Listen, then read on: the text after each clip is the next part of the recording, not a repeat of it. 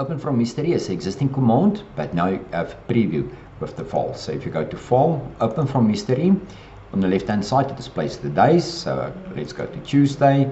As you click on the file itself, it will give you a preview.